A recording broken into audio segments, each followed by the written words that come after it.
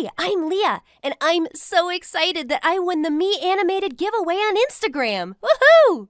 Hi, I'm Alasne from a village in Brazil. Please like and subscribe. My name means miracle, and that's because Mom was totally not expecting to have me. I came into the world 10 years after my older sister Mira, and both she and my mom adored me. Since my dad left soon after I was born, Mom had to do 2 jobs to make ends meet. Growing up, Mira was always in charge of me. She was like my second mom. As a kid, I was quite short for my age, and I always got picked last for gym class. One day in 3rd grade, I'd had an awful day at school, and Mira noticed my face when she came to pick me up. "What's wrong, Allie?" "I suck. I'm gonna be short and sad forever." "You don't suck. You can be the greatest person ever, but you have to see the greatness in yourself first." "You mean I can even be a short president?" "Of course. Lots of presidents are short, and you're still growing, love." Mira was the most beautiful girl in the village, and whenever we walked on the streets, boys would be falling over themselves to get her attention. But I was always there to save her.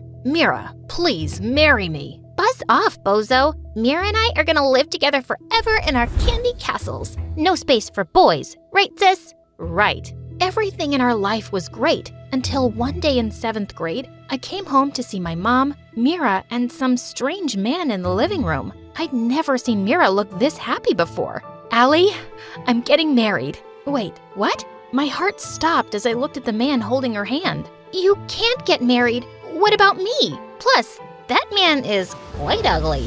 "That's so rude. Apologize right now." "You lied to me, Mira. You said we'd live together forever, and now you're leaving? I can't believe this."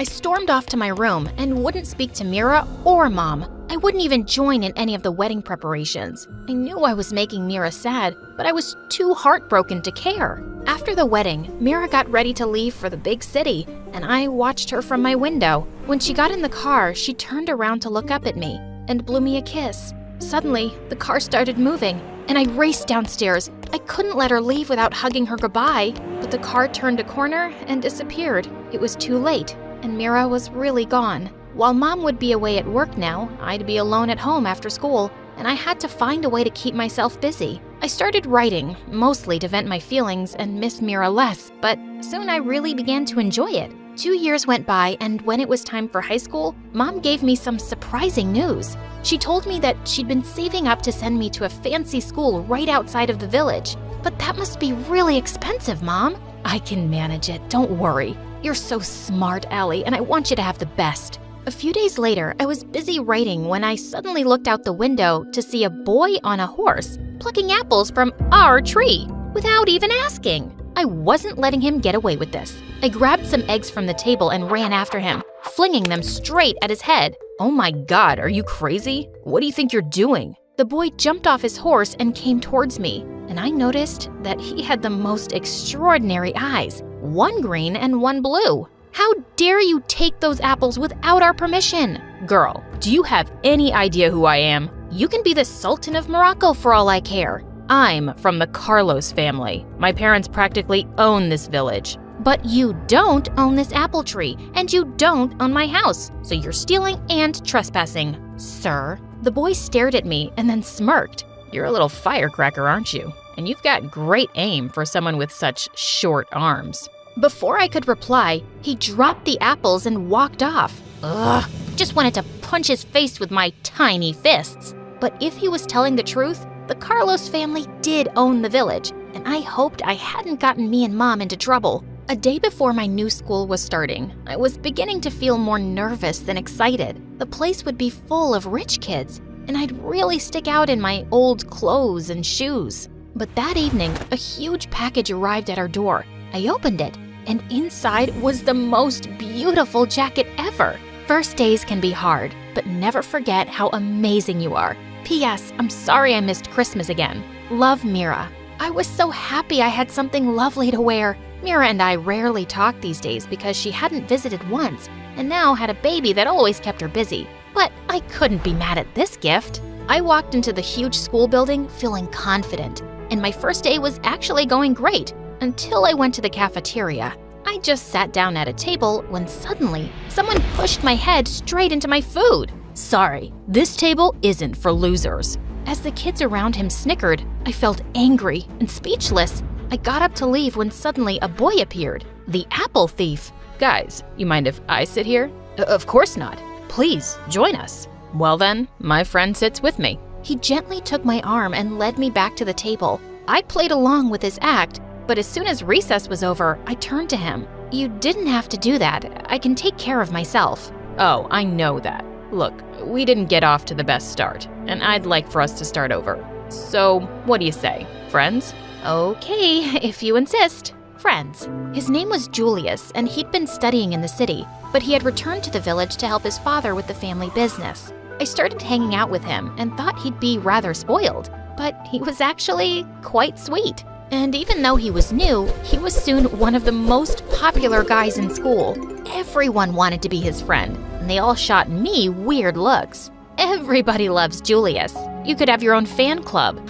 It's not me they like, it's my parents' money. They're also wondering why you're friends with the poor short girl. Why are you friends with me, man? Because you wouldn't be fake with me, even if I was the Sultan of Morocco. By the time high school was ending, Julius and I were best friends. I secretly had the biggest crush on him, but I would never say anything. I knew he'd never see me like that. One afternoon, I was walking back home after some errands when I spotted Julius in the park with this really pretty girl on his arm, and I felt my heart sink. Julius waved me over and introduced the girl as his dad's business partner, Sabrina. He asked me to join them as he showed her around, but I muttered some reply and quickly left. She was everything I could never be, and that hurt. For the next few days, Sabrina was stuck to Julius like a fly, and I made every excuse I could to avoid them. But one day when I was home alone, I heard a knock at the door and found Julius outside. Am I imagining it, or are you avoiding me?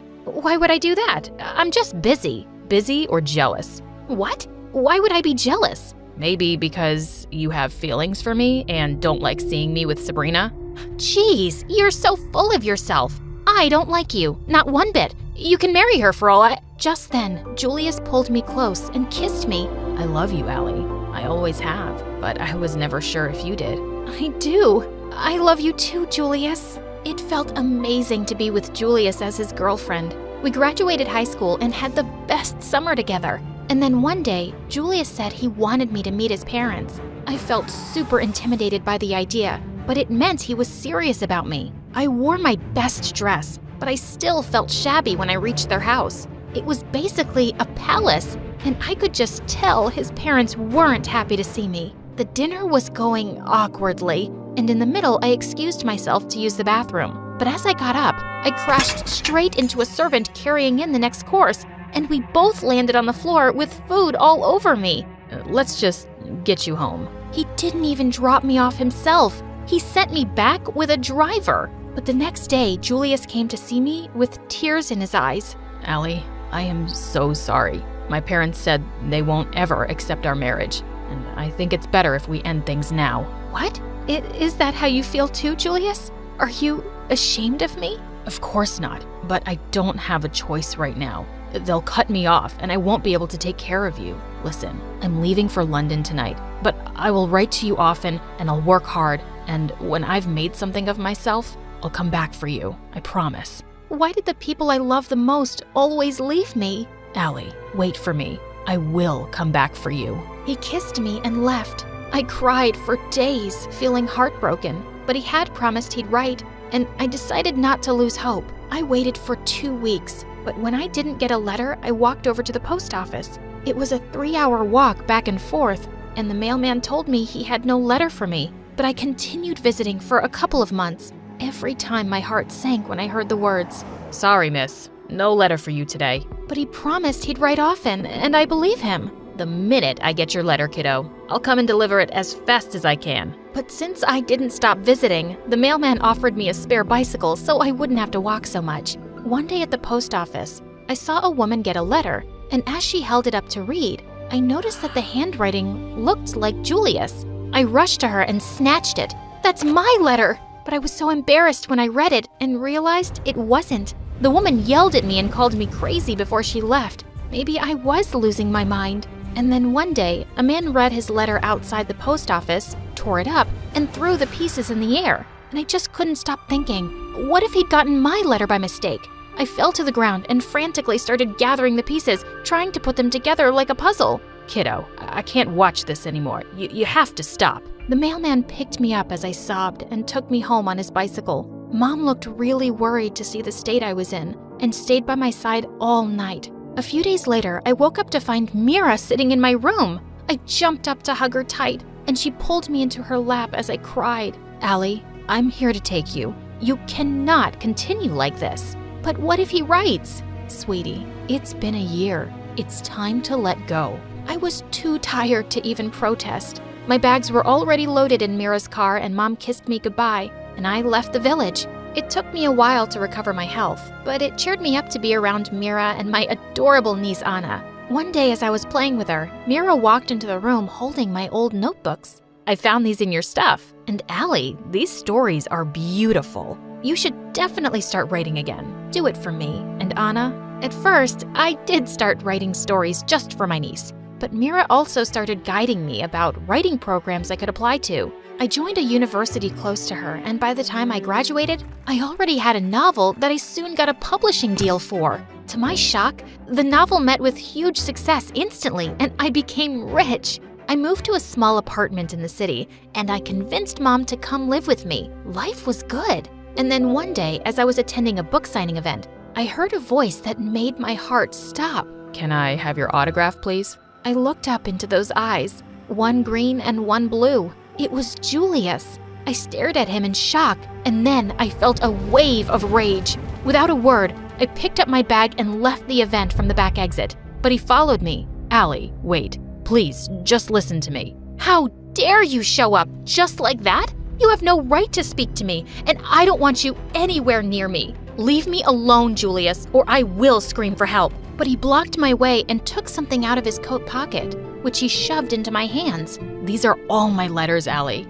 I wrote to you, just like I promised. You just never got them. I stared at the letters and then started to cry. Julius led me to a bench, and as we sat down, he explained everything. I was devastated when you never replied. I thought you'd decided to forget me and move on. And then my mom told me you'd gotten married and left the village, and I gave up completely. But a few months ago, I finally came back home because my dad died. And Allie, I found all my letters in his closet. Mom confessed that Dad had bribed and threatened the village mailman to make sure my letters never reached you. I couldn't believe that we'd gone through years of heartbreak and anger because of his evil parents. And I had been right to believe in him. I've missed you more than I can ever say. I know exactly how that feels, Allie. And with that, he kissed me, and we held each other close for the longest time. We got married soon after, and it was the happiest day. Life with Julius was amazing, and I was so excited to have kids soon.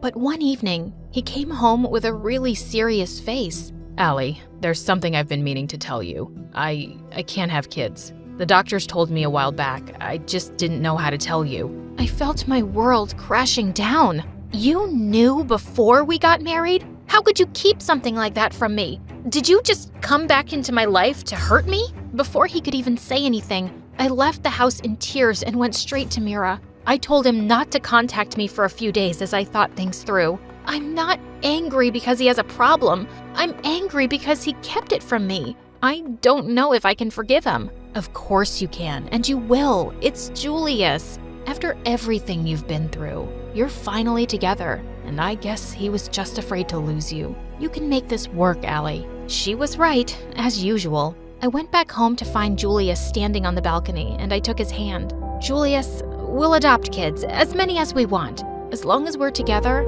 I don't care about anything else. I love you. Oh, Allie, I love you too.